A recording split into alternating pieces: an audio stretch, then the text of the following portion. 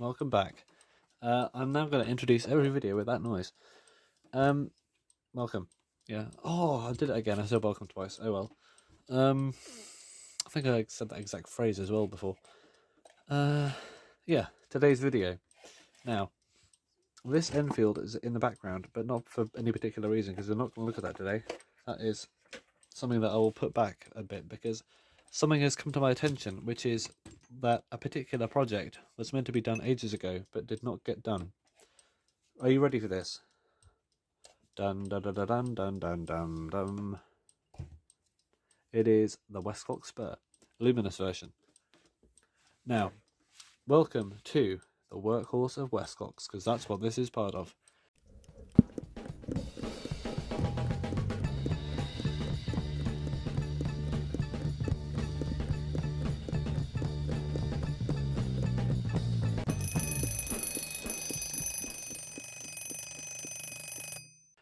Yes, this video, as you will have noticed by the title and everything, this video has actually gone through some sort of editing, which is something that you don't usually do.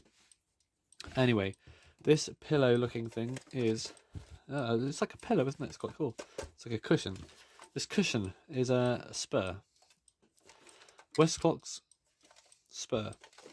Made in USA and UK. Do you know what that means? That means that, as I said in the last Workhorse of Westclox video about the Westclox in Scotland factory, the early Westcloxers in Scotland, Westclox clocks in Scotland, when the factory was starting out, they couldn't make their own clocks properly or something, so they assembled them, but they actually imported parts from America or USA. Maybe Canada as well, but I doubt it, because it just says USA. Otherwise it would say USA, Canada and UK, wouldn't it? I don't know. But yeah, so I don't know which parts are American and which parts aren't. I'm pretty sure the case is made in Scotland, and I'm pretty sure the plates of the movement are made in Scotland, and I'll explain why in a second. But no, I'll explain why now actually. I think the case is made in Scotland because there's a small detail about this. First of all, it has this dial, which I think only the Scottish ones did. This dial is the same, if not very similar, to the American General, I say American as in North American, I think Canadians got it as well, General model, which had a different case, but the same dial as this. This is the Spur, because I think the dial for the Spur in America was still that Art Deco one, because I think the clock goes back to the 40s, maybe even the 30s. 38 maybe, actually. Something like that. And yeah, it's got these nice hands on it, which are quite sort of dilapidated. There is that's all that's left of that luminous paint. Probably had radium in it, so I need to be careful.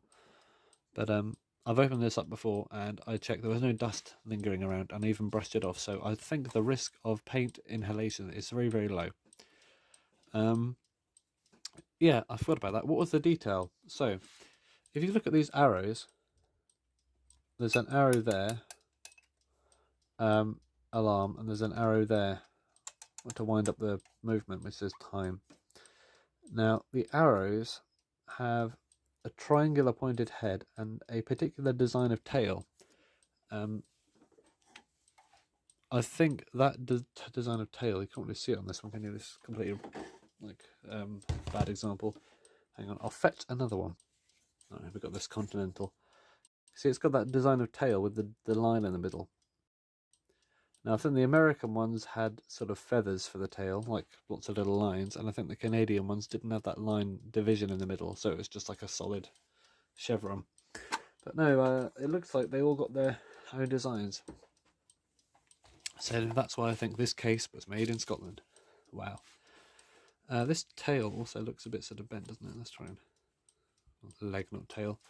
I don't know, it looks like a tongue, doesn't it? Let's go. Yeah, enough about that. What am I doing? This is a serious Workhorse of Westclox video. So yeah, the Spur. It's a good model. It's quite big for the movement, but if you want a nice big alarm clock to grab onto in the morning, whoa, then it's quite good as well. I like this. I love the Spur. It's a good size.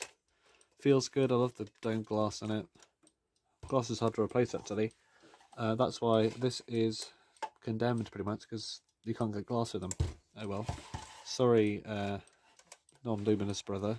Sorry. Wave goodbye. All right. Yeah, this is getting out of hand, this video, I'm afraid. So today's video will be service of the Spur. Workhorse of Westclox, because this has the 66 movement in it. You can tell because of the configuration of the things, and because it's a Westclox and it's not a Big Ben, basically. But yeah, 66 with all 4 screws in it. The later ones, such as this from 56 or whatever, only had 2. They decided to lose a couple of screws because they realised, why do we even need those? And that one is held together just as well. So yeah, slimming down and cost cutting, but not necessarily in a very bad way. So let's start by just getting into this thing. Now to get into it, we have these small screws or bolts. I think they're more screws than bolts really, on the edge. We have 4 of them. And these are a different kind. These are shorter than the ones that go into the back, so remember that, put them in a different pile. Well, unless you can differentiate screw lengths, which is honestly not hard. But the early ones had like 50, 51, had brass feet, which were a different part. They were actually attached to this bottom bit. They sort of slotted around, but by this time, 54, this was made, they figured out you could just depress the feet out of the bottom of the thing and no one would notice. So that's what they did here. I just noticed that now, actually. I thought it would still be USA and UK when they had the brass ones, but no. By this time, they had done it differently. So what is exactly wrong with this clock? Why am I taking it apart? Well, I don't know if you noticed, but I tried to wind it up earlier. And when you wind up a clock, usually you'd feel some resistance because there's a spring in winding up.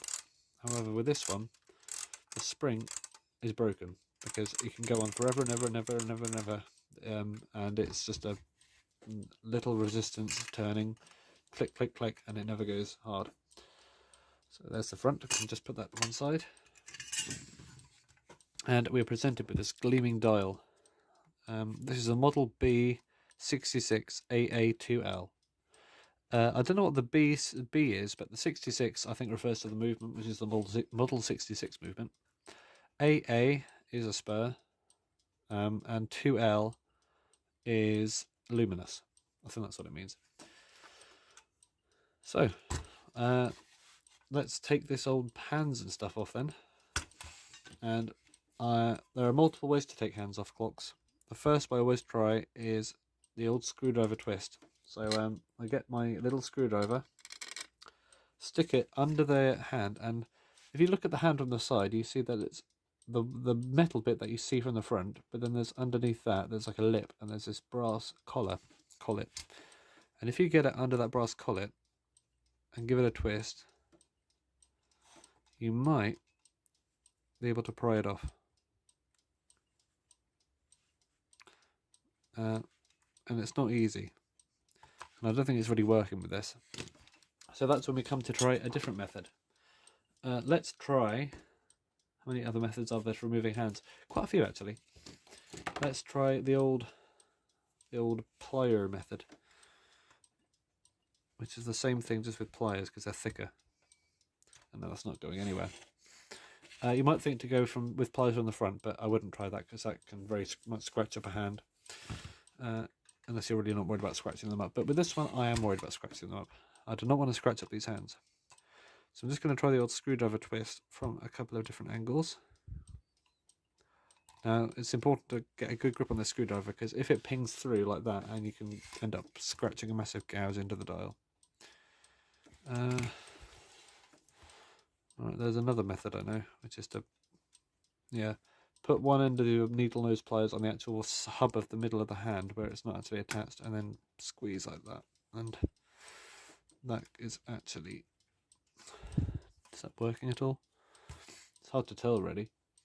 It looks like it's really destroyed, but The thing the hour hand is on is actually made of pot metal or babbitt metal, so it's very, very easily fuddled up.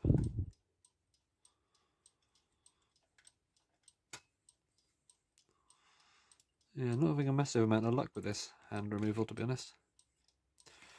Might try the old double screwdriver method next, which is the method of choice for many clock repairers. Now, I happen to have two of the same screwdriver, well, not exactly the same. They're different sizes. They were at one point, but they I think one of the blades got worn down a bit with excessive use. Nothing a tool likes more than excessive use. So we got this far, but how are we going to protect the actual dial from confrimction? Well, I don't know. Let's get some plastic or something. What can we use? This looks like the perfect thing, actually. Right, check this out. This is an old clock face, and I don't know what it's from. But whatever it is, I'm not going to use it anymore. So if I swab that under there, can I get it under there?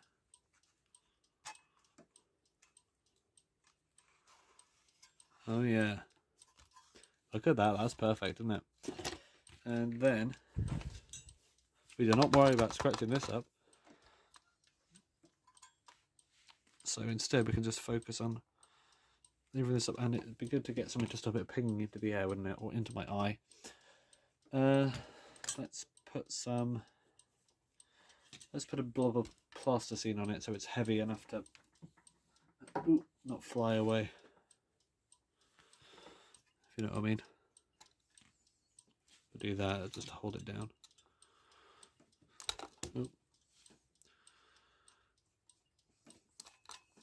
This stuff's not sticking at all.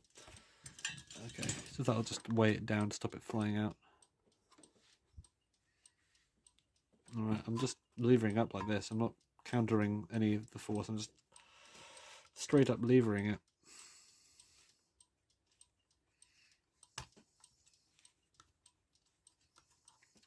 Combined with a bit of a screwdriver twist, actually, it looks like it's working. Okay, that was a success. We have removed the minute hand of the spur. I might repaint some of this with a brown looking kind of something, and we got away scot-free with no damage. The hour hand is much easier to remove because that is just held on. You might even use your fingers to remove this. Yeah, that collar, this whole hand could use a bit of a makeover. Repaint with white and then put something brown on top. I need something that's like brown colour because that white is way too bright for this dial. I need something that matches the sort of faded orange look. I don't know what I can put on that, to be honest. Maybe if I mix white with some orange or something. Make up a little colour mix. Same with that, that was black. Blued steel underneath. But yeah, this hand is not going to be easy to remove either. Alright, back with the old... Oh look, the paint is literally just falling off it. Back with the old clock thing. And... oh, there we go. This is a lifesaver, this thing. It's just literally an old knackered dial from something that I got from a loose box of something. And yeah, this hand is paintless. This happens a lot with these, actually. They're blued steel with paint on it. It really doesn't stick. Hands are brass, though. If you look from the back, as the earlier ones were. Nice quality. So, we should be able to just take this dial off. Although I think it might actually be... twisted in.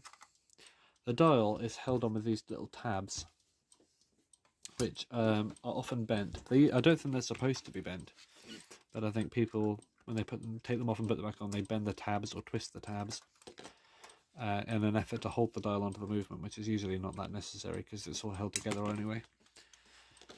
And I'll illustrate that by not bending them when I put them back on. So we have these 4 other screws, and these ones are longer, so important to take note of that. Unless you want to maybe make them wrong, I don't know. this one up here, which is quite annoying because it's right next to that hole. This light's not great, is it? Let me move it over. Ooh, that's better lighting, isn't it? Light on the situation. And the movement will literally just drop out of this. Oh, it would if it was not caught on the knobs. It's just caught on everything now. There we go, and we should be able to just, I think that one of those knobs is bent, actually. That top one is bent, so it's not going to come through properly, so just force it through. There we go. There is the movement.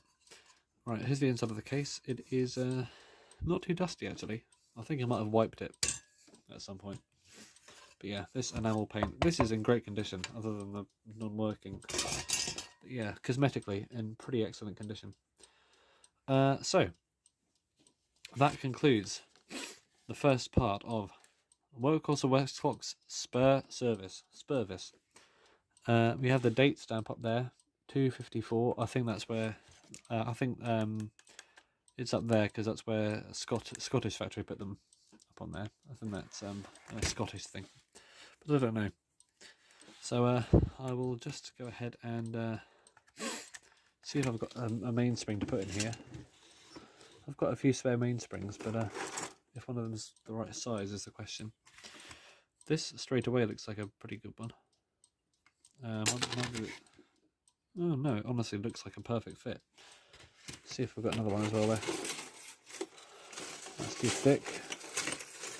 Yeah, honestly, I think I just got a lucky first pick with that. It's great to have spare mainsprings. So I'll be replacing that. If you don't have a spare mainspring, then I suggest finding one, because they're useful. Is this long enough though? I don't know. We'll find out when we take it apart. Is this mainspring long enough? Because if it's not long enough, then it might not run for a day, if you know what I mean. They're supposed to run for 30 hours, I think. But yeah, if the spring is not long enough, that will contribute to a shorter running span. So I'm just going to lever up these tabs holding the dial on, because I don't think they're supposed to be bent. Don't do that. Use pliers instead, that'd be better, wouldn't it? Actually. There we go. 1, 2, it's just the opposite corners that are bent, not all of them. I think it's honestly a matter of personal preference whether you bend them back or not. So, here we have the dial. Just straighten these out. Straighten out those tabs. And there we have it. So, that is the movement. Model 66, you can call it. 4-inch movement. Westclox called it. And on the front there is something we might refer to as the cheese wheel. That thing rotating around there, that is the cam, which basically that goes with the, it doesn't go with the time, but it goes with that knob on the back, and that is basically the time that the alarm goes off on. Simple as that. So yeah, I'll leave that there, not resting on the hairspring though. And in the next video of the Workhorse of Westclox, you will see the next step in this, which is the disassembly of the movement. In the meantime, I will try and mix up some paint to fit on those hands. So thank you very much for watching, and if you enjoyed it, then be sure to look out for the next one. Why not even subscribe? That might be cool.